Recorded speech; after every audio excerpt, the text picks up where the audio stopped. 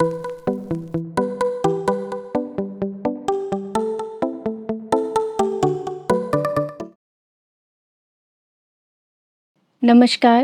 मत्स्य पालक भाइयों, बहनों और सभी साथियों। मैं डॉक्टर मुक्ता सिंह, सहायक आचार्य, जल जीव स्वास्थ्य प्रबंधन विभाग, मत्स्य विज्ञान महाविद्यालय, दुवासू, मथुरा से आप सभी का हार्दिक स्वागत एवं अभिनंदन करती हूँ। आज हम जुड़े हैं एक बेहद महत्वपूर्ण और रोचक विषय पर, वन हेल्थ दृष्टिकोण, यानी मनुष्य, मछली और पर्यावरण तीनों के साझा और संतुलित स्वास्थ्य की सोच। यह विषय न सिर्फ मछली पालन से जुड़ा है, बल्कि हमारे जीवन, पर्यावरण और आने वाली पीढ़ियों के स्वास्थ्य से भी गहराई से संबंध रखता है।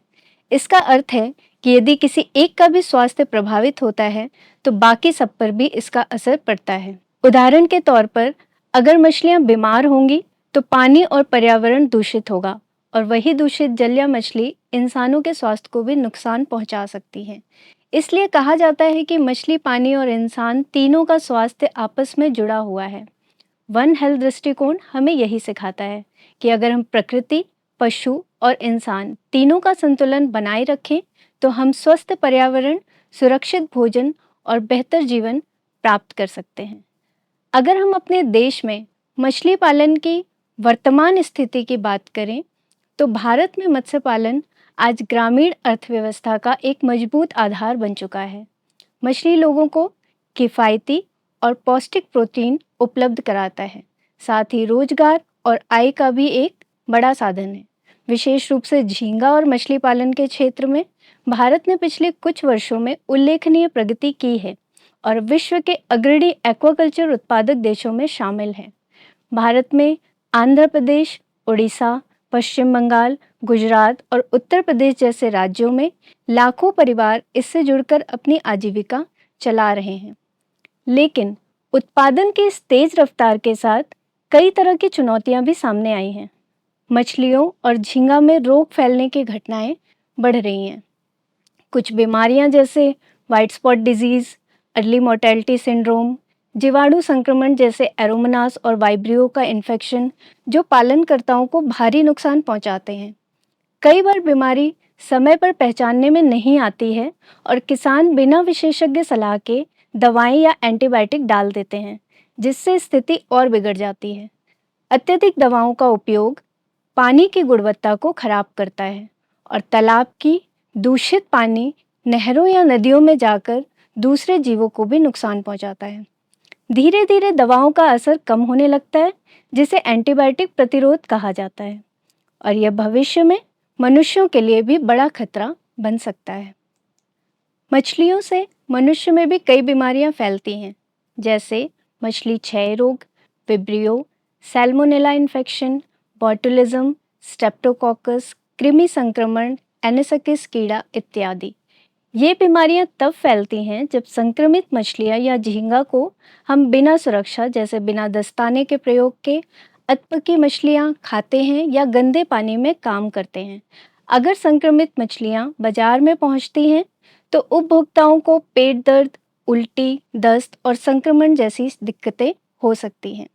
झींगा फार्मों से निकलने वाला अपशिष्ट पानी, फीड के बचे हिस्से और रसायन जलाशय को भी प्रदूषित करते हैं। तटीय क्षेत्रों में खारा पानी खेतों में जाने से मिट्टी की गुणवत्ता भी घटती जाती है। इससे न केवल मछलियों का स्वास्थ्य प्रभावित होता है, बल्कि पूरा पर्यावरण असंतुलित हो जाता है। एक और बड़ी समस्या यह देखने को आई है कि विभिन्न केंद्रीय और राज्य स्तर सरकारी विभाग, जैसे कि मत्स्य पालन, पशु चिकित्सा, मानव स्वास्थ्य और पर्यावरण से जुड़े विभाग, अक्सर अपने अपने स्तर पर काम करते हैं।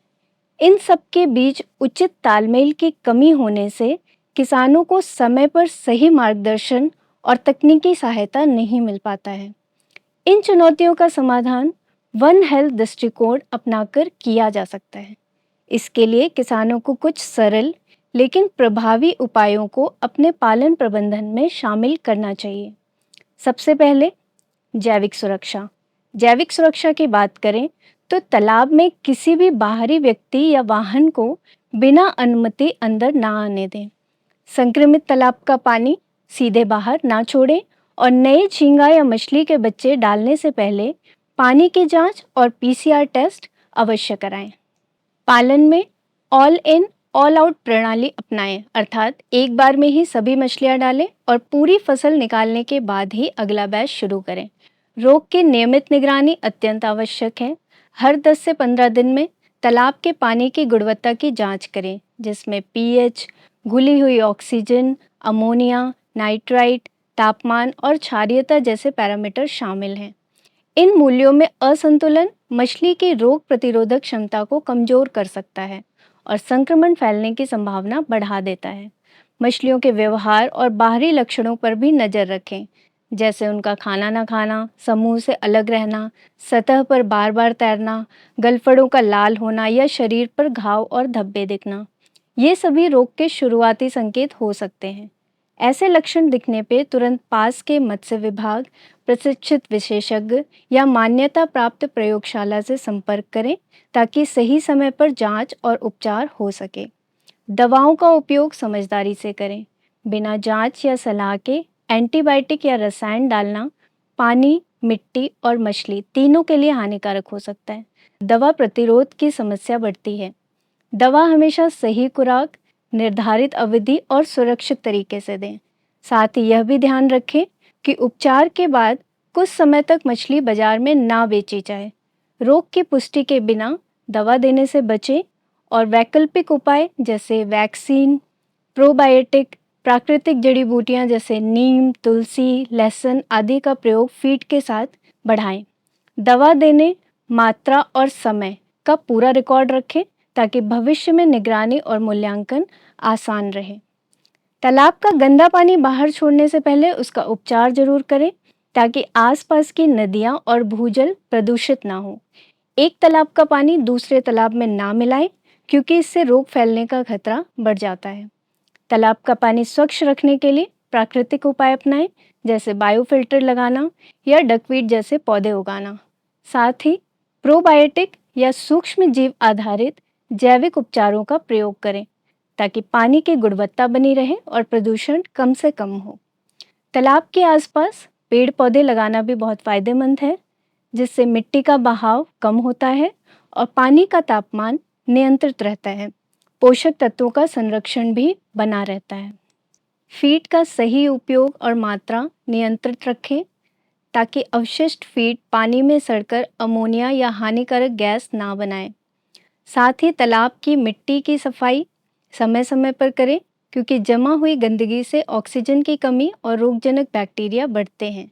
मछलियों की खाद्य सुरक्षा के लिए उन्हें हमेशा ठंडे तापमान पर रखें और पकड़ने के तुरंत बाद बर्फ में डालें और स्वच्छ बर्तनों का प्रयोग करें। नीति और प्रशिक्षण के स्तर पर सरकार को एक्वा हेल्थ सेंटर्स की स्थापना करनी चाहिए, जहां किसानों को एक ही स्थान पर रोग जांच, परामर्श और प्रशिक्षण की सुविधा मिल सके। साथ ही प्रशिक्षण कार्यक्रमों में वन हेल्थ विषय को शामिल किया जाए और किसानों को मोबाइल ऐप या व्हाट्सएप ग्रुप के माध्यम से समय समय पर जानकारी दी जाए। सबसे महत्वपूर्ण है सामुदायिक सहयोग और जागरूकता। अब समय है कि हम मत्स्य पालन को केवल उत्पादन तक सीमित ना रखकर इसे मानव और पर्यावरण स्वास्थ्य से जोड़ें। वन हेल्थ की यही भावना है कि मनुष्य, मछली और पर्यावरण का स्वास्थ्य एक दूसरे से गहराई से जुड़ा है। यदि हम नियमित रूप से पानी की गुणवत्ता की निगरानी करेंगे, तालाबों की सफाई बनाए रखेंगे, दवाओं और रसायन का सीमित और सही उपयोग करेंगे, जैव सुरक्षा का पालन करेंगे तथा विशेषज्ञों की सलाह के अनुसार वैज्ञानिक पद्धतियां अपनाएंगे, तो हम अपने मत्स्य पालन को दीर्घकालिक रूप से सफल और सतत बना सकते हैं। अंत में साथियों, यह समझना बेहद आवश्यक है कि मत्स्य पालन केवल आय या उत्पादन का साधन नहीं, बल्कि यह हमारे पर्यावरण, जल संसाधन और मानव स्वास्थ्य से सीधे जुड़ा हुआ क्षेत्र है। हम वन हेल्थ दृष्टिकोण को अपनाएं तो हम न केवल मछलियों के स्वास्थ्य को बेहतर बना सकते हैं, बल्कि जल, मिट्टी और आसपास के पर्यावरण को भी संतुलित रख सकते हैं। तो आइए मिलकर आगे बढ़ें, स्वस्थ मछली, स्वच्छ जल और सुरक्षित मानव जीवन के लिए। धन्यवाद।